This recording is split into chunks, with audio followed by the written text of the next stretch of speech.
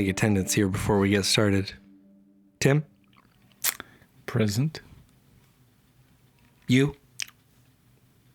All right, everybody's here.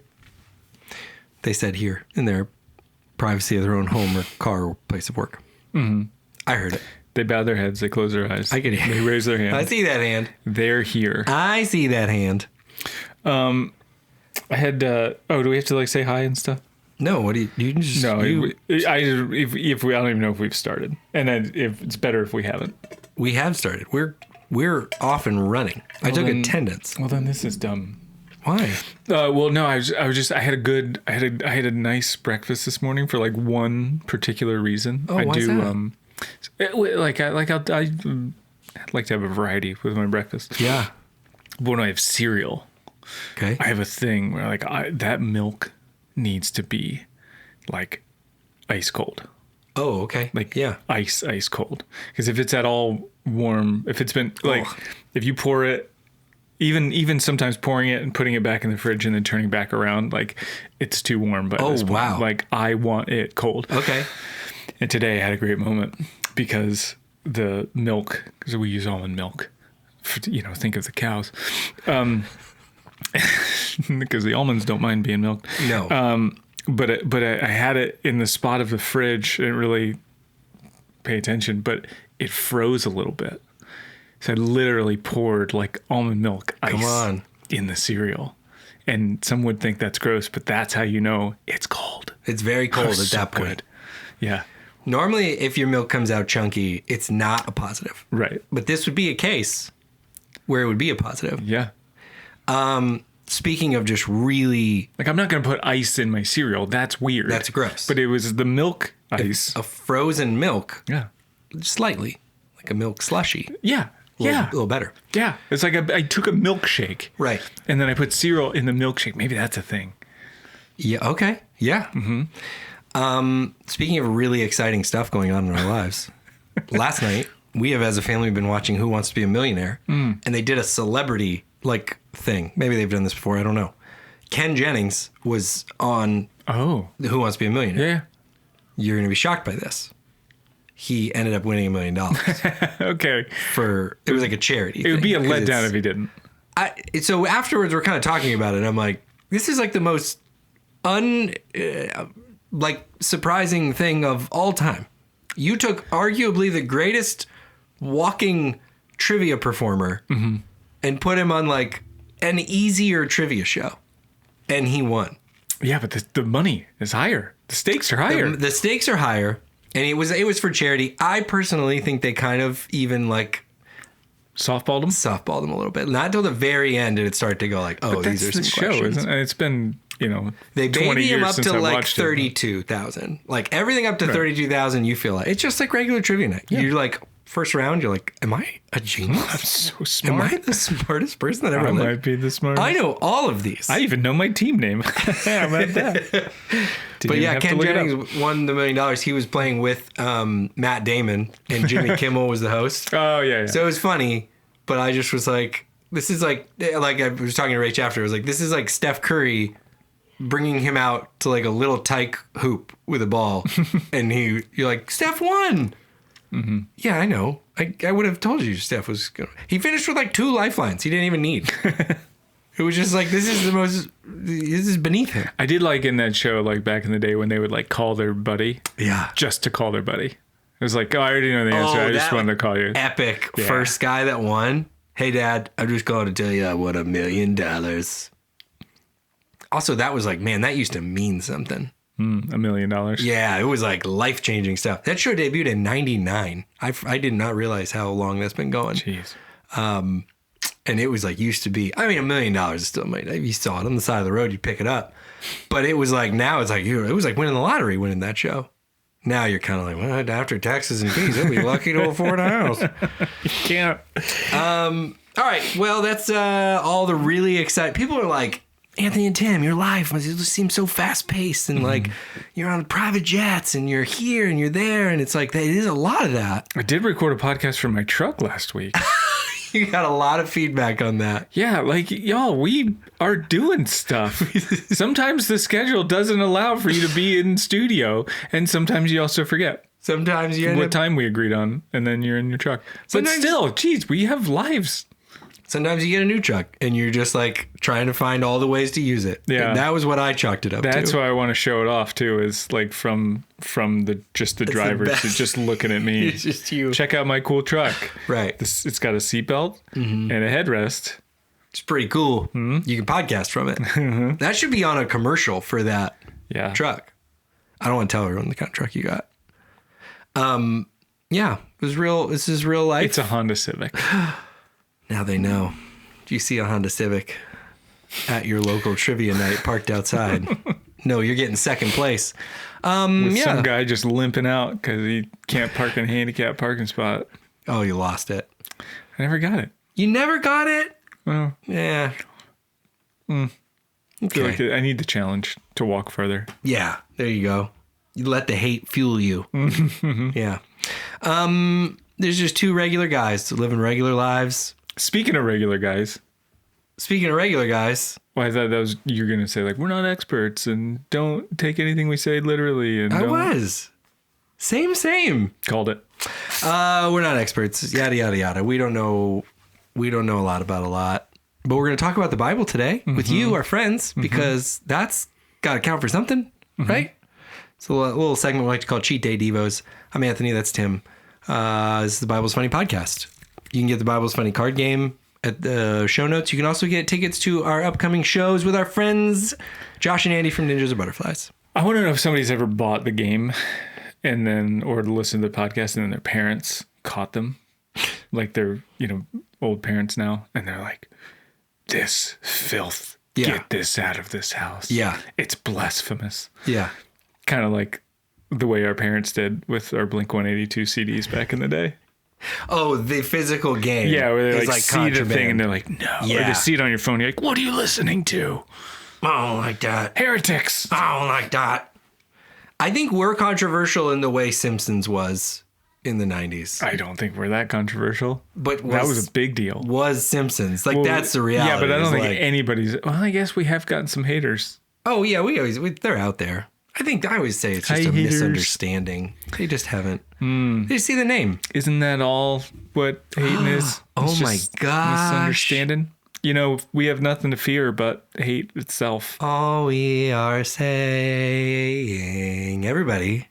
It only takes pizza. Oh, got it. Oh, yeah, that's right. You're singing again. I forgot. We had like a 3 podcast streak where you didn't sing at all. The people they're like, get Tim in the truck and get Anthony singing. And that's what I show up here for. So we're going to give it to you. Well, except for Tim in the truck.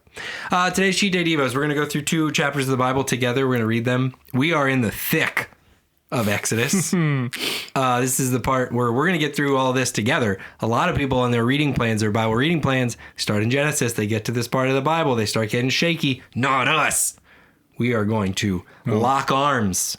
We're going to get through this together. Those people skip to Joshua. Yeah, they're like, get me back to the cool stories and stuff. Nuh-uh. We're walking through all of it. Every word. Together. For fun.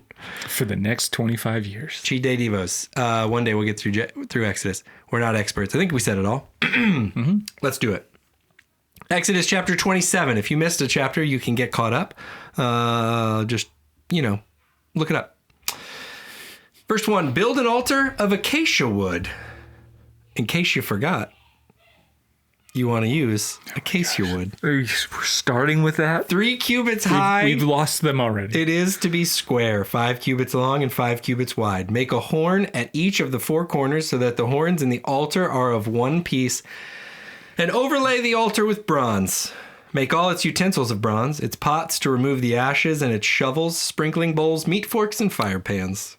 Sounds like what we're going to pack to bring camping. Oh, yeah. I agree. Meat forks, firing pans, and sprinkling bowls. Yeah. Like, this is going to be the best patio grill set you've ever had. We're smoking meats. I don't know that it's as portable as you want for camping, but this is the one you want, like, at your home outdoor grilling station. Bronze is notoriously light and malleable, from what I understand. Make a grating for it. A bronze network, and make a bronze ring at each of the 4 corners of the network. Put it under the ledge of the altar so that it's halfway up the altar. Make poles of acacia wood for the altar and overlay them with bronze. The poles are to be inserted into the rings, so they will be on two sides of the altar when it is carried. Make the altar hollow out of boards. It is to be made just as you were shown up on the mountain. Like, how are we supposed to remember all the directions? Like, this had to be why God invented Pinterest. Like, so to set us all up and go, like, you can't remember anything. Right. I gave you the ingredients. I gave you the directions. Here, have a Pinterest board. You can avoid sin if you check the pin. That should be maybe... I think we're onto something there. You're so proud of yourself for that, aren't you? That. Yeah, it does. Every time he says, just like I showed you on the mountain, it is to be made just as you were shown on the mountain in verse 8. I'm like, what kind of showroom did Moses walk into up there? You know what I mean? Is he like, oh, here we go. Here at all this. And I hope he was taking careful mental notes. Yeah, I think there was like booklets of instructions you could flip through. Like a Publix cake? Yeah. So this is not the altar we're going to make. Flip, flip, flip. Did you ever get a Publix cake for your birthday? Did you ever get a theme that you got to pick out? No. Yeah, me neither. That's what happens when you're poor. Make a courtyard for the tabernacle, verse 9. The south side shall be 100 cubits long and is to have curtains of finely twisted linen. Do you think at some point, sorry to cut you off, do you think at some point the Israelites were like, seriously, like a courtyard? With this thing, you get a courtyard? Yeah. Have we gone too far now with this thing? We're building we're building a box. Then we're putting a lid on the box. And then we got rods to hold the box up. And now we build a tent for a box. Okay. What, do you not have a courtyard? You not have a tent. And then you build the tent and you're like, well, we need a courtyard. Yeah. And then like God has the ability to live everywhere. This is a tabernacle. This is a holy dwelling place for God. Yeah. And they're like, hey, God, you could have like the whole earth to just play around in. Right. So, but we have to build you a courtyard for this thing inside a tent. Okay. God, this seems excessive. I'm having a hard time wrapping my head around you imagining this without a courtyard. Because I'm picturing it and I would just be like, I'd walk in and I'd go, where's the courtyard? And I say that all the time. That's why they've made the courtyard Marriotts, because we inherently know spaces require courtyards. Okay. Make a courtyard for the tabernacle. The south side shall be 100 cubits. That's also just a funny thing to say. Make a courtyard. Make one. Right. The second I hear that instruction, I'm going, really? What?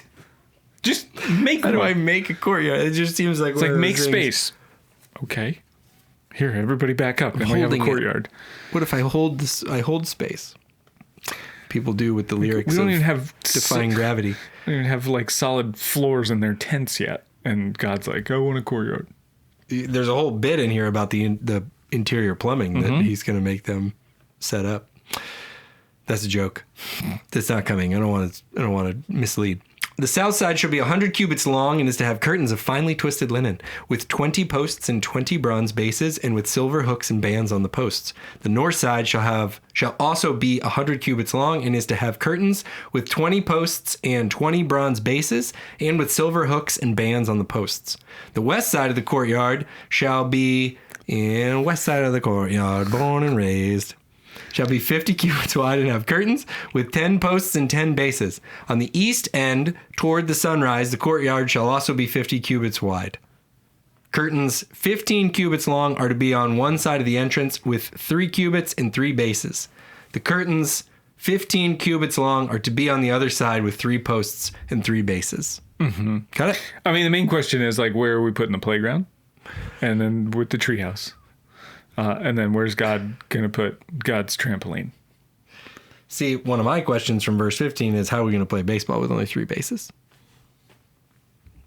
It's cricket. There's a wicket in cricket, right? Mm-hmm. Mm-hmm. And then the golden snitch you have to grab. For the entrance to the courtyard, provide a curtain 20 cubits long of blue, purple, and scarlet yarn and finely twisted linen, the work of an embroiderer, with 4 posts and 4 bases. Now we got a game going. We got Melissa. Melissa, we need your crafty skills here. Yeah. Can you come twist this linen again? Yeah. And then she comes out, I can help. pulls out this like dead cat out of the ditch. Like, oh God. That's where she gets the hair. No, you're supposed to have a graven image. You bringing me an image from the grave. That's right. Different image than the graven one. All the posts around the courtyard are to have silver bands and hooks and bronze bases. The courtyard shall be 100 cubits long and 50 cubits wide, with curtains of finely twisted linen, 5 cubits high with bronze bases. All the other articles used in the service of the tabernacle, whatever their function, including all the tent pegs for it, and those for the courtyard, are to be of bronze. It's a fancy tent peg. Yeah. I think. I don't know. You know how common bronze was back in the day? Right. Couldn't have been easy to get. I would think not, but what do I know? I don't know. Maybe it was just like everywhere at that time. Sitting on top of the ground. Growing on trees. All the talk of hooks and whatnot, the bands and the hooks from verse 17, did make me think of that game where you... Oh, the ring game, yeah. Oh, yeah. So maybe there was some fun activities. Yeah, maybe they're having some fun with it. Yeah, the courtyard. It's a good place for that. I've changed my mind about the courtyard. You're all in on the courtyard now? There's got to be a game room there, You got to have a game area. Yeah. Oil for the lampstand. Verse 20. Command the Israelites to bring you clear oil of pressed olives for the light so that the lamps may be kept burning. Clear oil of pressed olives is where we get our term olive oil. The clear oil, not the cloudy stuff. So you guys know. In the tent of meeting outside the curtain that shields the ark of the covenant law, Aaron and his sons are to keep the lamps burning before the Lord from evening till morning. This is to be a lasting ordinance among the Israelites for the generations to come. Mm-hmm. Aaron's job here does sound a bit like what we Floridians do during hurricane season when the power goes out. And you got to get that generator. Yeah. And you're like, I was going to upgrade to propane, but I kept forgetting. And then now you have to go out there and put gas in the generator so your stuff in your fridge doesn't go out. Uh-huh. In the middle of the rain and the wind. In the middle of the darkness from the clouds that are all overhead. And maybe other states have to deal with that too. Maybe that's not just a Florida thing. I know hurricanes hit other states. What? Yeah, they do. Oh my god. There was this one like 20 years ago that hit Louisiana. I hate to hear that. Yeah. Yeah, it's a fun experience. If you've not had it, you have this very loud, obnoxious generator and they're running everywhere all the time. You gotta keep the lamps lit. A lawnmower going, and that's what this sounds like to me. I want to know who was on, if like her was on sandbag duty back then. Her? Sandbags in the desert gotta be just a slap in the face. Right. Like, they say ice to I almost said it. You're not supposed to say it. Say it. Say it. Inuits. I almost goofed that. I really did. Would have been canceled for sure. I think it might be okay. I don't know if it is or it isn't. No, you're not going to get me to say it. No, just say it. I think sandbags in the desert would be even worse. It'd be a worse thing to try to sell. See all this? We put it in bags. So you can have it to protect yourself from water, because that's a really big issue. Exodus 28. You guys are doing great. Hang in there. We're going to get through these 2 chapters together. It's a roller coaster of excitement here. Buckle up. We're all learning things. Exodus 28. Have Aaron, your brother, brought to you from among the Israelites. I do like clarification here. Your brother Aaron. How many times did Moses bring the wrong Aaron? That we had to start saying, like, come on, man. Your brother Aaron. I know you guys don't talk anymore. I know. I don't know this Aaron. What is he? Where did he come from? Get Aaron, your brother, brought to you from among the Israelites, along with his sons Nadab and Abihu, Eleazar, and Ithamar, so they may serve me as priests. Make sacred garments for your brother Aaron to give him dignity and honor. Tell all the skilled workers to whom I have given wisdom in such matters that they are to make garments for Aaron for his consecration, so he may serve me as priest. Aaron who? Oh, my brother. Never mind. Aaron, my brother. Got it. Sorry. You didn't say it that time. He's sizing. That's not the right Aaron. His waist is not nearly that size. Make garments for Aaron, so they may serve as priests. These are the garments they are to make: a breastpiece, an ephod, a robe, a woven tunic, a turban, and a sash. They are to make these sacred garments for your brother Aaron and his sons, so they may serve me as priests. Have them use gold and blue, purple, and scarlet yarn and fine linen. An ephod, just for you. I mean, obviously, it's like an apron. It's like an sacred apron. Yeah. You did some research. I knew it. You knew that off the top of your head? Mm-hmm. I know things. Well, let's talk more about the ephod since you brought it up. Oh, boy. Make the ephod of gold and of blue, purple, and scarlet yarn and of finely twisted linen, the work of skilled hands. It is to have 2 shoulder pieces attached to 2 of its corners so it can be fastened. Its skillfully woven waistband is to be like it, of 1 piece with the ephod and made of gold and with blue, purple, and scarlet yarn and with finely twisted linen. Melissa! Need your little twisty fingers again. Take 2 onyx stones and engrave on them the names of the sons of Israel. You thought onyx was a Pokemon, and I'm here to clarify to you that it is, but it's also a type of stone. That was not me. That was not my experience. In the order of their birth, 6 names on 1 stone and the remaining 6 on the other. Engrave the names of the sons of Israel on the 2 stones the way a gem cutter engraves a seal. Helpful at that time. I don't know how. Said for the seal. We lost porpoises last time. Bad time to be a marine mammal. Then mount the stones in gold filigree settings and fasten them on the shoulder pieces of the ephod as memorial stones for the sons of Israel. Aaron is to bear the names on his shoulders as memorial before the Lord. Make gold filigree settings and 2 braided chains of pure gold like a rope and attach the chains to the settings. I looked up filigree too, and it's like a woven metal. It's actually kind of cool design patterns and stuff. And yeah, you like set a stone in there, but it like looks like a woven pattern on the metal. Like a net, like a kind of. It just looks like it's like threaded. So it's like really finely well done, well crafted stuff. Okay. So Melissa made it. What we're saying clearly. Okay, verse 15. We're through the ephod.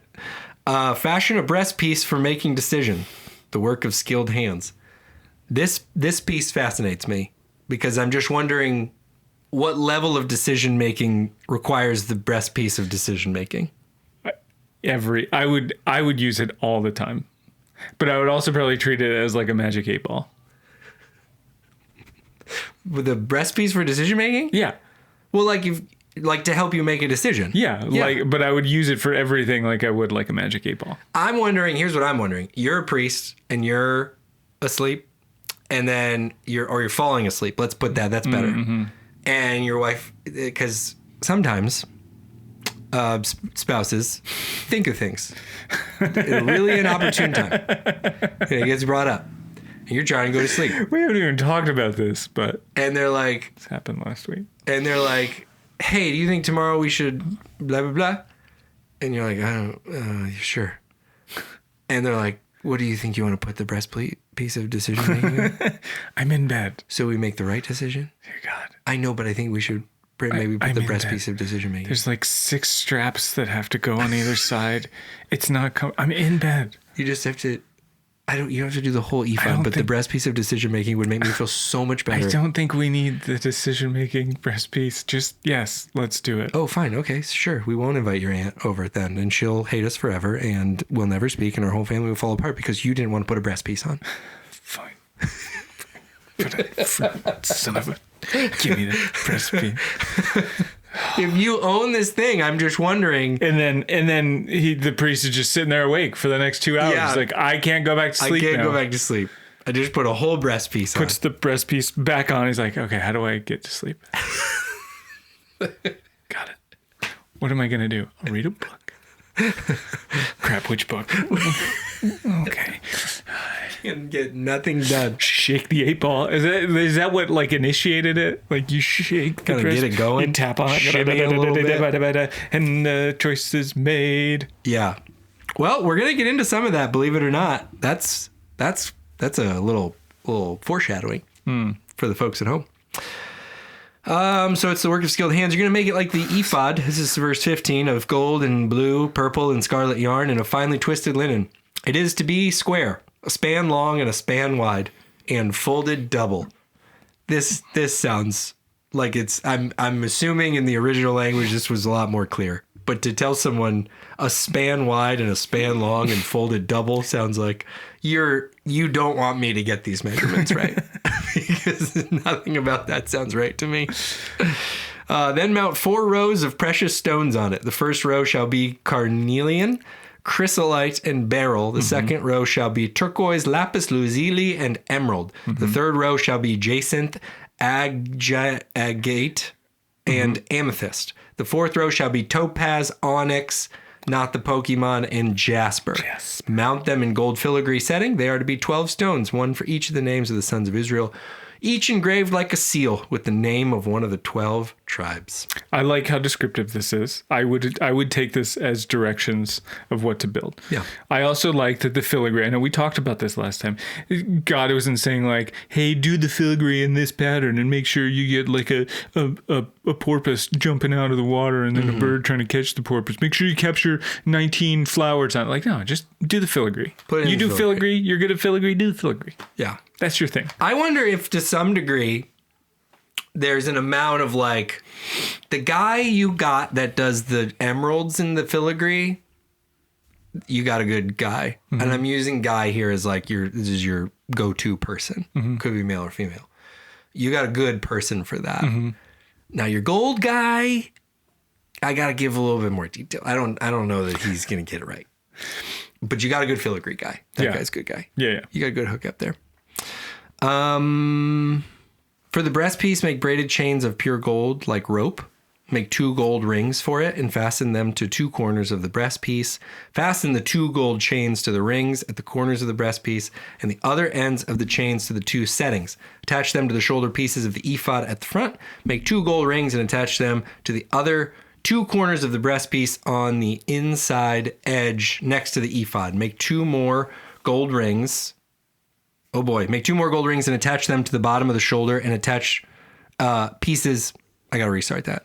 Oh boy. I apologize. Make 2 more gold rings and attach them to the bottom of the shoulder pieces on the front of the ephod, close to the seam just above the waistband of the ephod. The rings of the breastpiece are to be tied to the rings of the ephod with blue cord, connecting it to the waistband so that the breastpiece will not swing out from the ephod. I really like a practical line there at the end of that passage. Here's why. You don't want the breastpiece swinging everywhere. Well, the ephod, how embarrassing would that be? Right. You're learning, this is all a thing. You don't know any of this. Right. And you're already having to you're already at the level of detail of like, well, yeah, I guess you're right. If I were to make that. I'm with you. And as I'm building that thing, like if somebody tells me why I'm building that thing, then it's a little bit more helpful. I have a little thought I want to throw in here. Like how tight do I need to make it? Oh, so it doesn't swing around. What's the purpose of this thing? Yeah. I was just putting a tent together, and it's just helpful when you know why stuff functions the way it does. And you're going to want the breastpiece to be able to be slipped on real fast in case you need to make a quick decision in the middle of the night. There's a fire. What do I do? Oh, we're supposed to stay here, I guess? Okay. Here's what I like. I like this. And I don't even know what to say about this other than this is just a thought that hit me. These are usually good. This is ornate. Like if you Google this, we both did a little research, which is not like us, but we did. This is an ornate getup. I mean, you can hear all the jewels involved. There's clasps, there's gold rings that connect to other gold rings. A lot of finely woven stuff.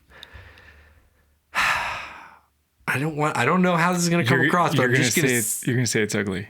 No, I'm not. I'm going to say if that person shows up on Sunday morning and starts talking, I'm probably going to be like, all right, let's hear what this person has to say. So you're saying bring it back. I kind of am like, you're getting dressed. When you get that dressed for work, take your work a little bit more seriously. Again, this isn't a real take. There's nothing here ever is. No business casual. But when the guy rolls up to your Bible study and he turns the chair around with his backwards hat, what's up, guys? Let's talk about the word. I'm kind of like, all right, well, okay.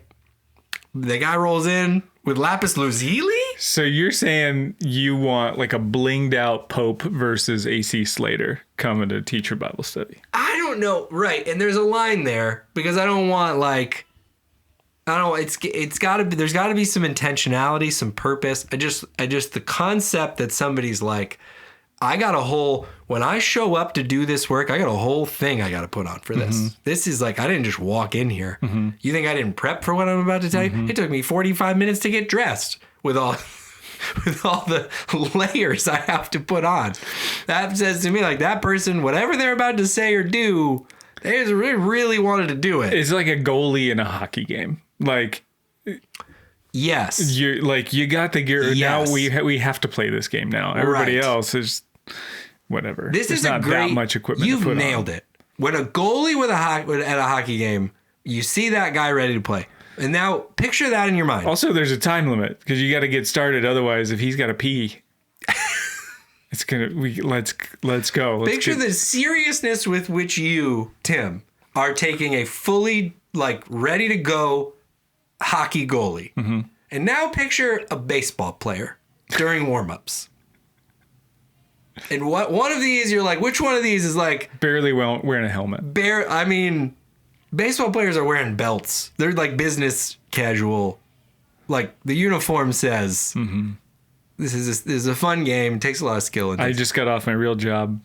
Now I'm coming here. Yeah, I literally closed a sale. I got my button-up shirt. I got my belt. I'm very, very dressed. Let me put my prickly shoes on.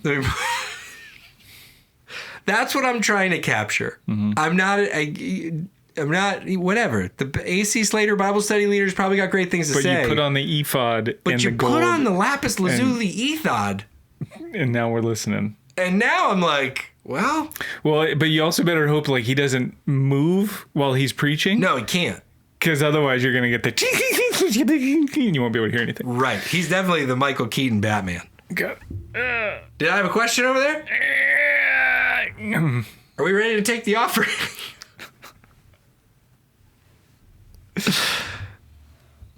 I think, hot take, more church leaders should be wearing lapis lazuli. And I'm going to key in on that one because it's the funnest to say. It is the most fun to say. Verse 29. Whenever Aaron enters the holy place, he will bear the names of the sons of Israel over his heart on the breastpiece of decision-making as a continuing memorial before the Lord. Also, put the Urim and the Thummim in the breastpiece, so they may be over Aaron's heart whenever he enters the presence of the Lord. Thus, Aaron will always bear the means of making decisions for the Israelites over his heart before the Lord. I did a little research into Urim and Thummim because I was like, I don't know those words at all. Don't look that up on your work computer. The others look like gemstones that I'm not really familiar with, but I'm not familiar with many gemstones. Here was the Urim and the Thummim. Yeah, what do you got? They were like there's disagreements. This is not a consensus, but it seems to be somewhere close to what I'm about to describe. It was two pieces of like a precious metal that were in a small bag that were tucked in here. And it was like I hate to say this, but you brought it up, a little bit of like the Magic 8-Ball stuff. Like you could say like one meant yes, one meant no, one meant do it, one meant don't.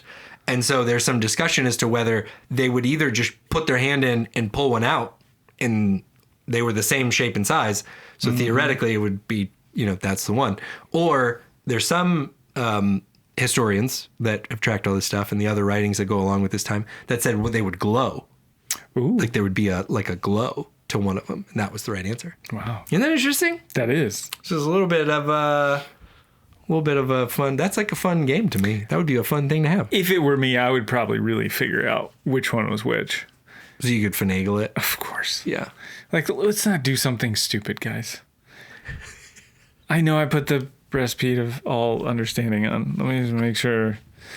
Piece of all understanding. Let me just make sure we got that right. Yeah. Yeah. No, we shouldn't walk across the river without a boat. We shouldn't try it. It says no, we're not going to do it. It just worked the one time. We shouldn't. This isn't like a multiple thing. We don't have that like superpower. Should we have lasagna for dinner tonight? It says yeah. It's a big yes. What do you know? We should have lasagna. Dude, I know it's 3 nights in a row. Veggie lasagna? Oh, it says no. It says go back with the regular meat sauce and really extra cheese. Oh, I pulled out the one that said extra cheese. You know that got in there. Yeah, it's a stick of ricotta. Yeah. Just throw it in. Ricotta doesn't come in sticks. Urim and Thummim. That's what those are called. Okay. We all learned something today. I think we got a little sidetracked there. 31. Make the robe of the ephod entirely of blue cloth, with an opening for the head in its center. There shall be a woven edge like a collar around this opening so that it will not tear. Make pomegranates of blue, purple, and scarlet yarn around the hem of the robe, with gold bells between them. I'm sorry, God. Pomegranates are red. Blue. Pomegranates aren't blue and purple. This is crazy. Well, it's scarlet is not. Pomegranates of blue and purple? No. And scarlet. Okay, I'll give you scarlet. They don't have the blue pomegranates anymore. They went extinct. They went extinct. Instinct? Instinctively, they knew this world's not going anywhere I want to be. We like they words. Extincted themselves. The gold bells and the pomegranates are to alternate around the hem of the robe. Aaron must wear it when he ministers. The sound of the bells will be heard when he enters the holy place before the Lord and when he comes out, so that he will not die. This, to me, the bell inclusion says that, like, God might be in there doing something else, and he doesn't want you to, like, show up and scare him. Mm-hmm. And so you have to have a bell so you can hear you're coming in, because otherwise just turn around and be zap gone. And as such, I think this is not to go back to marital relationships again. I think this is something husbands should do around the house, because I don't know if other wives are like my wife. Sometimes you're in the house just existing and you enter a room your wife's in and it scares her, or she enters a room that she knows that you're in and she gets scared. So if we all had bells on, we could kind of just... It's not a bad idea. Jingle. It's like the bear bells if you've ever gone like real camping. Right. Yeah. Why do you say it like that? Real camping. Well, last time you camped in your front yard. Okay. We were very safe from bears. I'll tell you that. Bears didn't want to mess with us. There's coyotes around here. There are. You could have got bit. You know how wily those are? I think the bell idea is big. I think this is a big thing. Wear it around the house so everyone knows where you're going. When you enter, hear a little jingle, jingle. Mm-hmm. Also, of all of the things, based on the way this is presented, I bet you this is like the one Aaron was like, I want to make sure we did the bells. This is the only one that ends in, you want to do this before the Lord when he comes out so that he won't die. Aaron's adding some extra bells. Do you think these pomegranates are blue enough? No, I don't. They're fine. Do we do the bells? Can we get the bells in here? Maybe we just double the bells? I don't know. Try to get more bells. A bigger bell? I'd like the bells to be done. And that's where he gets the idea of shaking the thing. He's also doing it like with his mouth. Bring, bring. Bring, bring. Just coming in. I'm in here. Entering in the... Bring, bring. Bells are ringing. House of God. An angel got its wings, I think. Bring, bring. Let's continue on. Make a plate of pure gold and engrave on it as on a seal, holy to the Lord. Fasten a blue cord to it. Attach it to the turban. It's to be on the front of the turban. It will be on Aaron's forehead, and he will bear the guilt involved in the sacred gifts the Israelites consecrate, whatever their gifts may be. It will be on... Man, I keep losing it. Oh, okay. It will be on Aaron's forehead, and he will bear the guilt involved in the sacred gifts the Israelites consecrate. Whatever their gifts may be, it will be on Aaron's forehead continually, so that they will be acceptable to the Lord.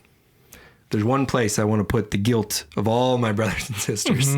It's just dead center. I wonder if that's where I want to carry it. I wonder if that's where he didn't. If he was happy to take a shower, then maybe that's the one place he could take it off and not feel guilty. Because he gotta wash his hair. That's a tough task that Aaron's got.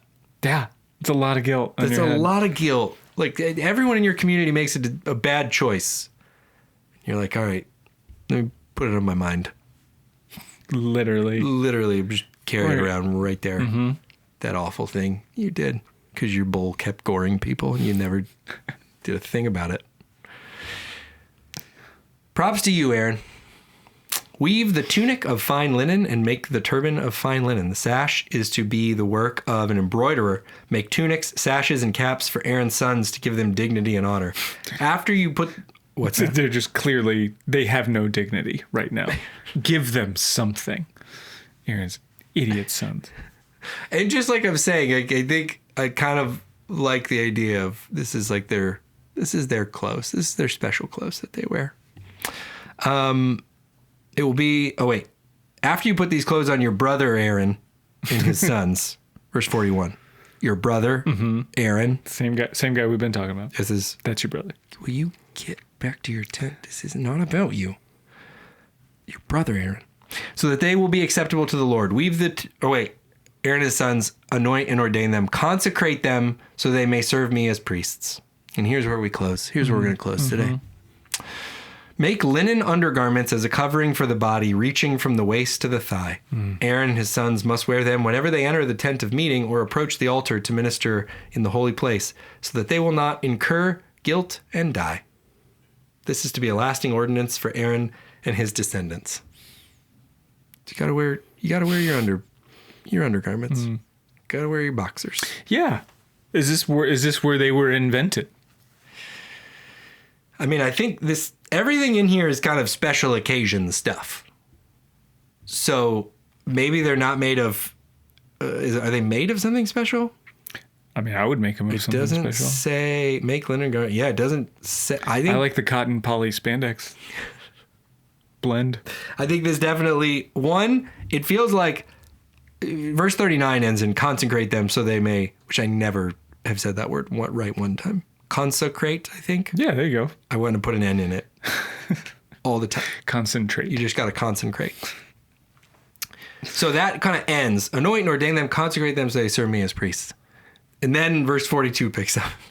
Also make linen undergarments. Feels a little afterthoughty to me, just on first read.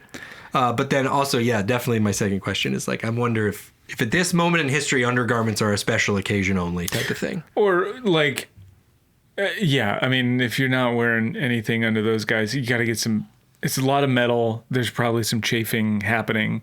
I wonder if Aaron kind of suggested that, like had a little side meeting with God. Be nice. Hey, can you throw in just some like padded underwear? Can I wear something? Yeah. Because I've got a apron here, a holy apron here that's got a metal gold chain wrapped around it. Everywhere. The ephod is killing me. Yeah, we need the linen undergarments. Ooh, how do you do that with that elastic?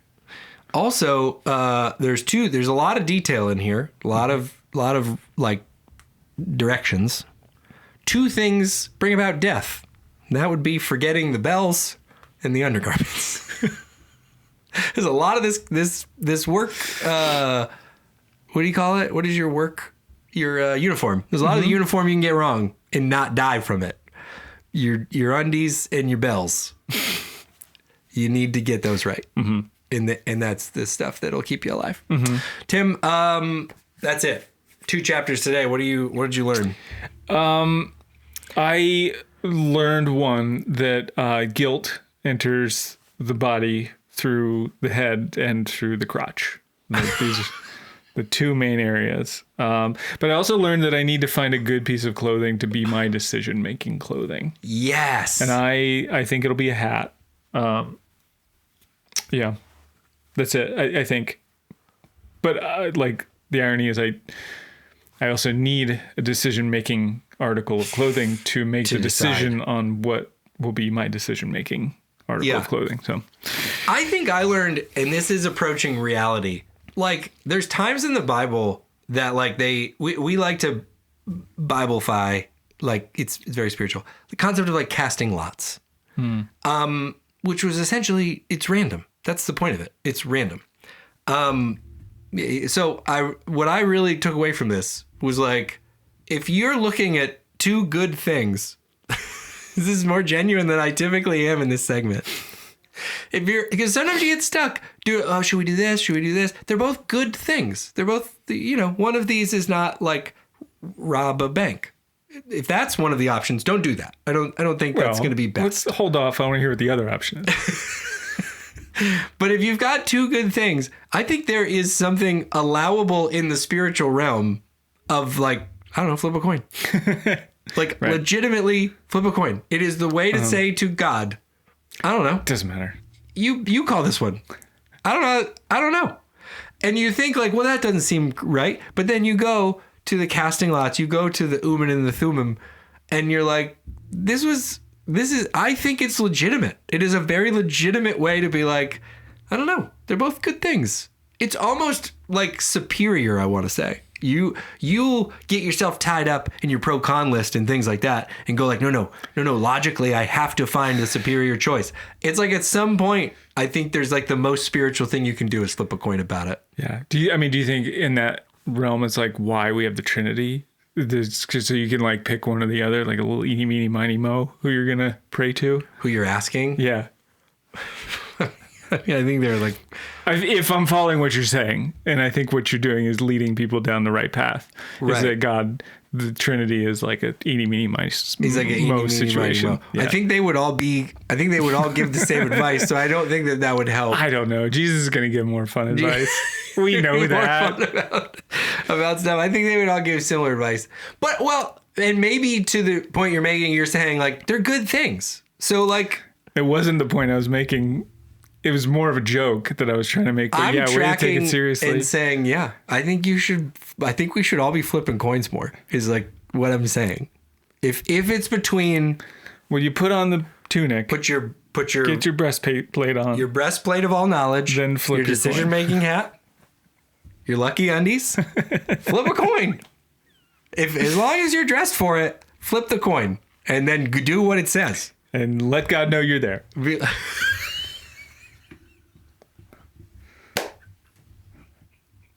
That motion is fantastic. Oh my God. Because it is what you would do if you had bells on your person and you were trying to make them jiggle.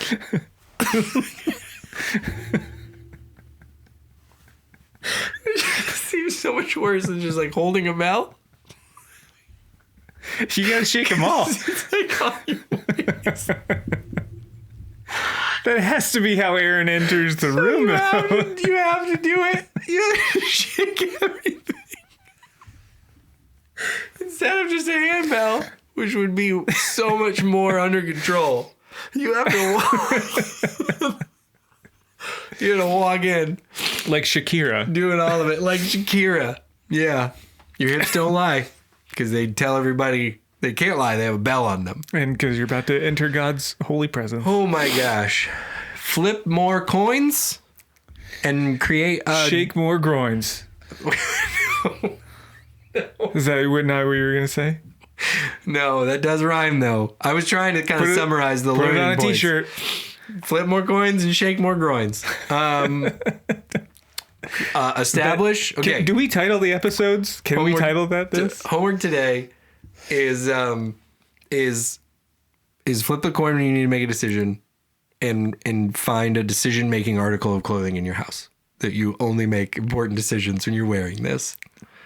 And pictures or it didn't happen. Picture didn't happen. Oh my gosh. All right. Just kidding. Thanks so much for listening. We did 2 chapters of the Bible today. Whew. Phew. You're like a super Bible reader.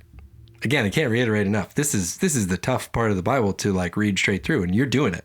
You are. Mm-hmm. Tim, any last words for the people before we jump off? That's it. Thanks for hanging out. FloridaTorta.com for tickets to the live show. Bible's Funny Card Game, Volumes 1 and 2 are out. Go get them. Compassion Kids you can sponsor. Also at the show notes. All that stuff. You guys know. We're talking about it all the time. It's all in the show notes. Check it out. And that's it. Mm-hmm. Love you. See you. See you real soon with another episode. Bye. See ya. Bye. Later.